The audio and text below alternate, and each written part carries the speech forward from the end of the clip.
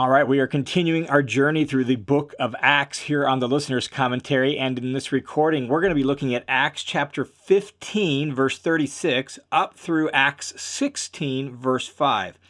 It's a short little transitional section, and it's weird to kind of span the chapter break and then end so early on in chapter 16.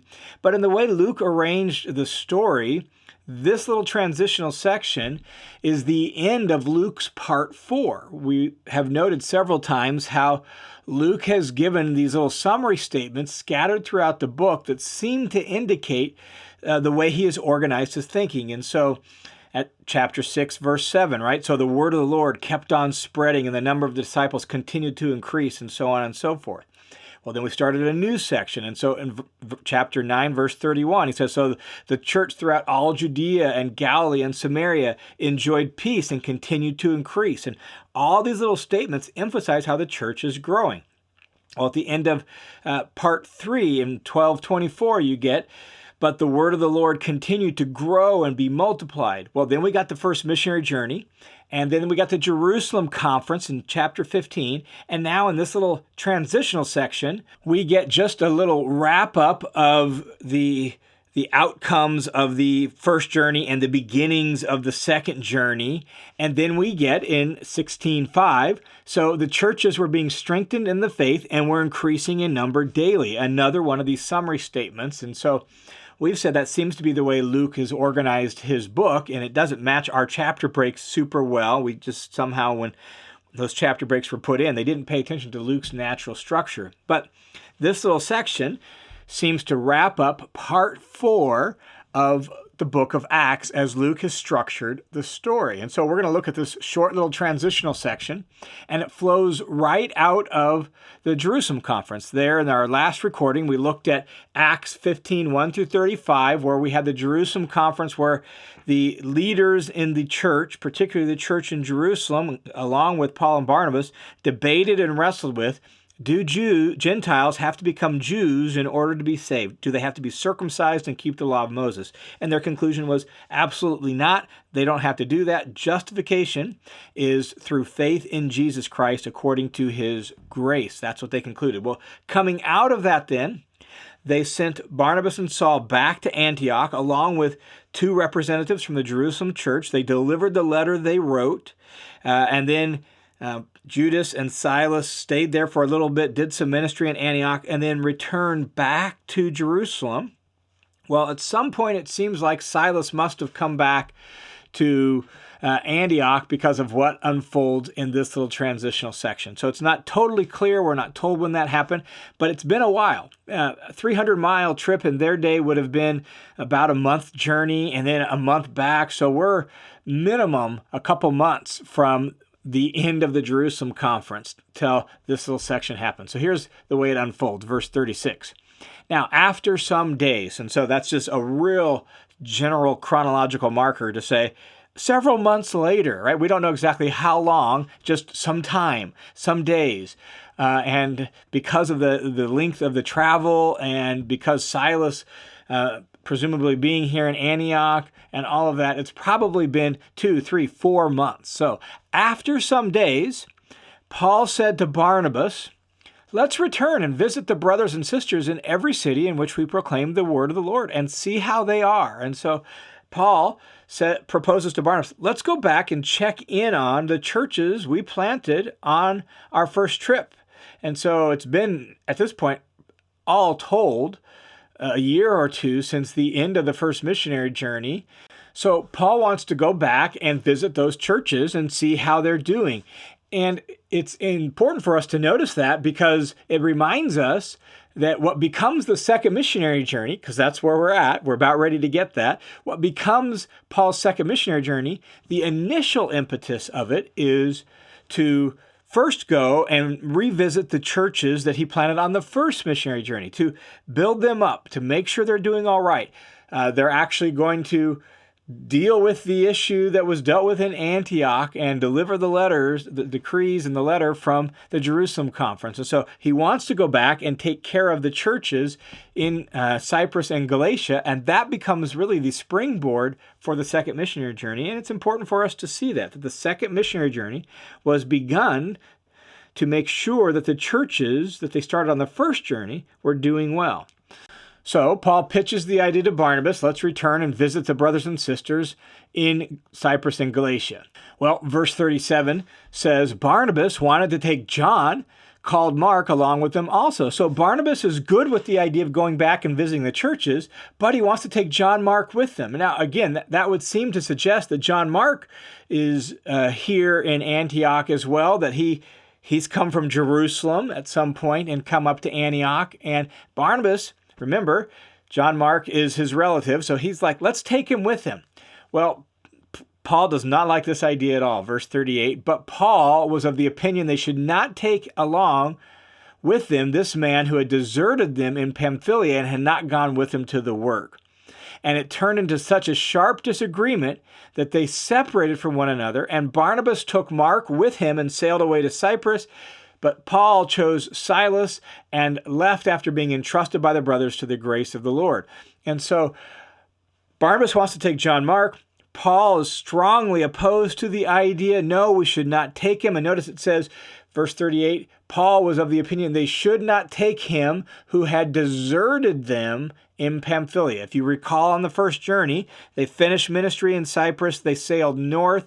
They landed in Pamphylia before they headed inland into Galatia, and John Mark left them, and he returned back to Jerusalem and went home. Now, we are never told exactly why. We gave some speculation as to perhaps why John Mark left them, but whatever the reason John Mark left, we noted there, and we restate it here, that it had to be a good enough reason that it could be described as deserting them and had not gone to the work.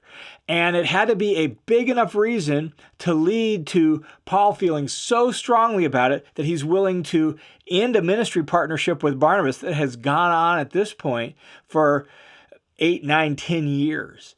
That's a big deal. So it can't be just, John Mark kind of got homesick or John Mark got physically ill. This is a big enough reason that Paul is just sternly opposed to it. My own personal speculation that I offered then, I'll restate it here, is that John Mark is part of the problem that led to the Jerusalem conference. That John Mark was not comfortable because he's part of the Jerusalem church, deeply conservative, right roots, and he wasn't comfortable direct ministering to the Gentiles apart from the synagogue, apart from the law, or any of that. I just wonder if that was the case. Don't know for sure. But he leaves, he goes back to Jerusalem. When Paul and Barnabas finish the first journey and land in Antioch, all of a sudden people from Jerusalem come and start giving Paul and Barnabas grief for direct ministry to the Gentiles. Where did they learn about that? Well, most likely John Mark. Now, we don't know. That's speculation. We're reading between the lines. But that would explain why Paul is of such a strong opinion that, no, I'm not taking him with him on this trip because of he just about undermined my entire ministry. And so Paul is opposed to taking John Mark. Verse 39 says it turned into a sharp disagreement with Barnabas. Like Barnabas was like, no.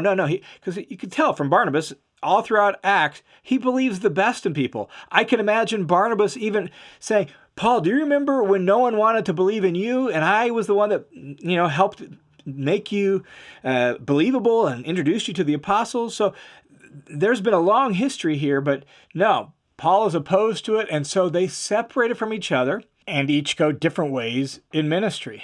Now, the good news is this separation wasn't permanent. We learn, for example, from 1 Corinthians 9:6, we see Paul praising Barnabas. Or Colossians chapter 4, verse 10, Philemon 24, we see that Mark is with Paul. Or 2 Timothy 4:11, Paul says, get Mark, he's useful for me. And so even though there's tension here at this moment, and even though the tension's so deep it leads to separation in a long-standing ministry partnership, the tension isn't permanent, and in the grace of God, they manage to reconnect and work together later in Paul's ministry. But for now, they separate. And Barnabas took Mark, who's with them there in Antioch, and he sailed down to Cyprus, which is where Barnabas is originally from, and that was where they first started on the first missionary journey. So he's going to go visit those churches. But Paul chose Silas, who, again, must have come back from Jerusalem at this point, and he's here. So he chose Silas and left Antioch after being entrusted by the brothers to the grace of the Lord. So this ministry partnership is split up. They're going to go separate directions. Paul now chooses a new traveling companion. He chooses Silas, who Silas is really an ideal ministry partner for Paul at this point. He's well connected to the Jerusalem church, which helps, right, with some of the stuff that Paul has had to deal with. We'll learn later that he's evidently a Roman citizen, which is helpful, so that'll be useful. We've already been told he's also a prophet, so he's skilled in speaking the word of the Lord and has the gift of prophecy. And so he's a great traveling companion. So Paul chose Silas, and he's going to now travel with Paul here on the second missionary journey.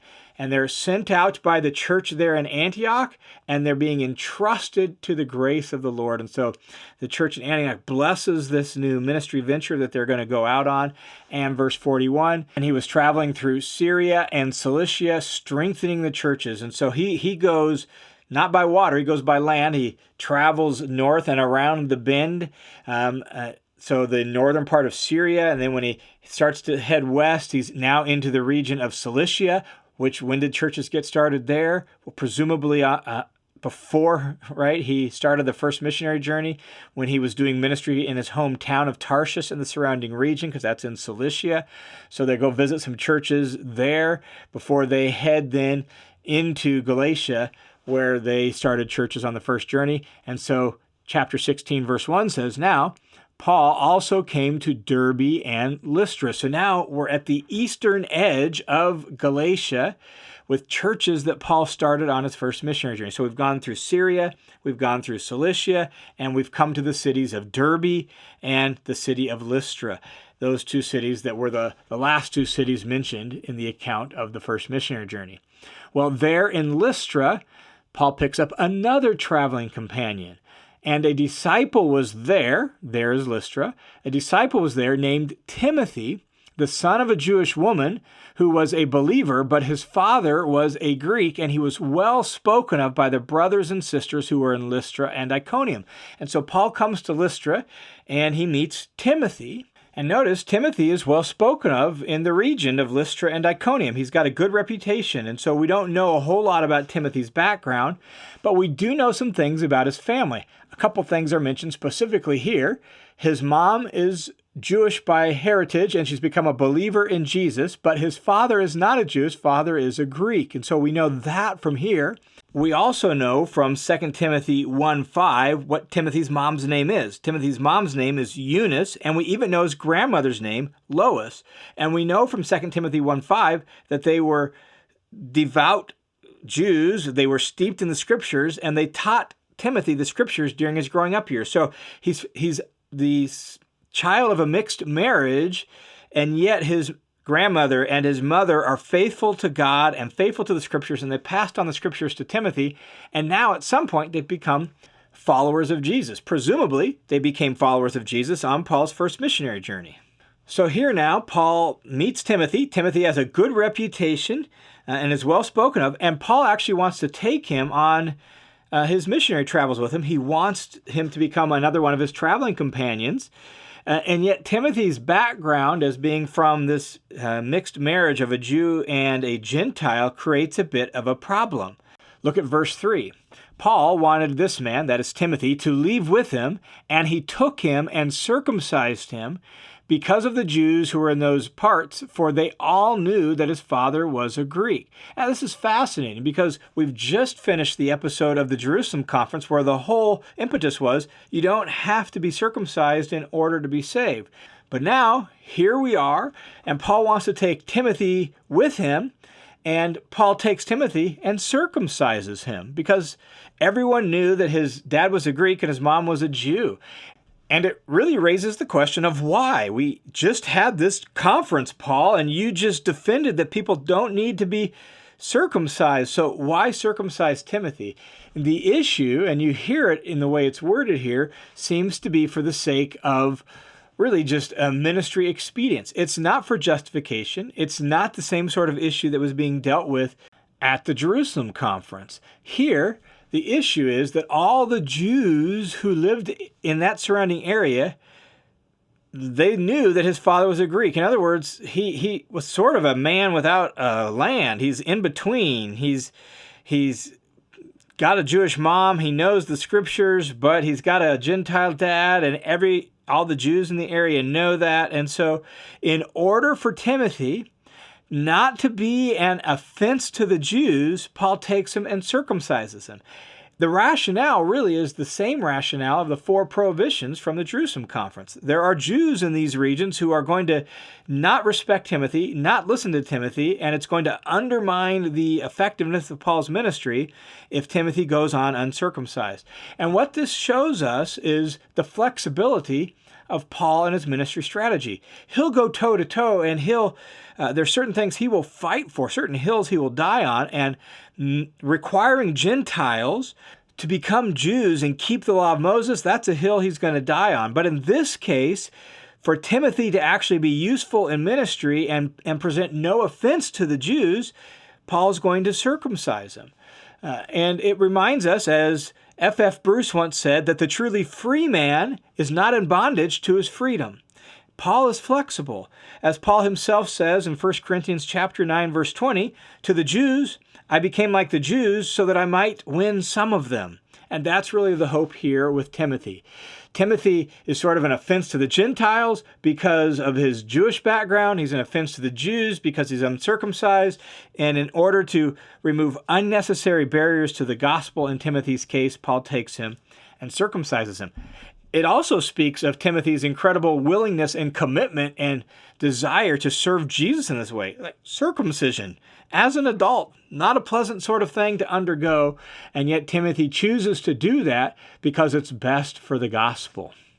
A bit of a side note, but I think it's important to mention, when Paul writes Galatians, and remember, he's writing to the churches in this very region that Timothy is from, right? So these churches are the recipients of the letter to the Galatians.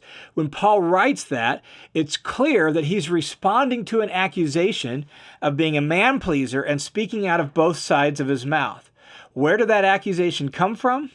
Now, we're not told. We only hear one side of the conversation in the letter to Galatians, but I wonder if part of what led to that is the circumcision of Timothy. Like, in other words, well, sometimes when it's convenient, Paul circumcises people, but when it's not convenient, he doesn't circumcise them. You never know about Paul. He's going to do whatever is the easiest and what's the most convenient for people.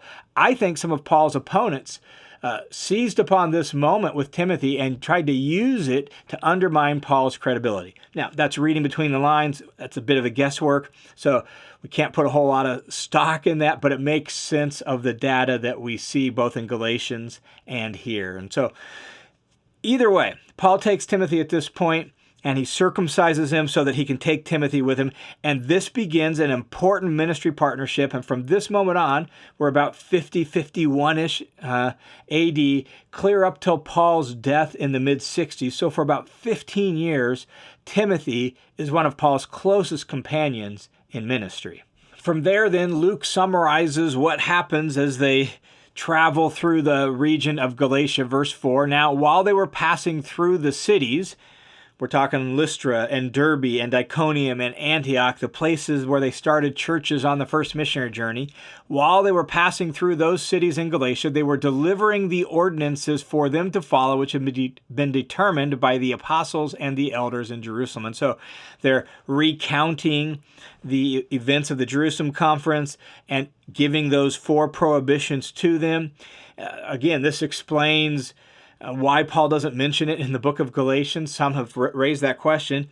Why didn't Paul mention the findings of the Jerusalem conference and those 4 prohibitions if Galatians was written to these same churches and written after the Jerusalem conference? And the answer is because he already gave them. He already reported them. He doesn't need to mention them again because they already are familiar with those things. They've already heard that. And so as they're traveling, they're mentioning what the leaders in Jerusalem concluded. And with that then, Luke has wrapped up part 4 of his story of how the gospel is beginning now to move into the ends of the earth.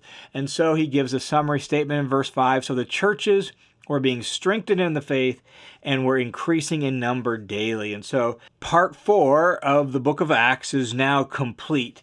And Luke has demonstrated how the church continues to grow and expand throughout the Roman Empire.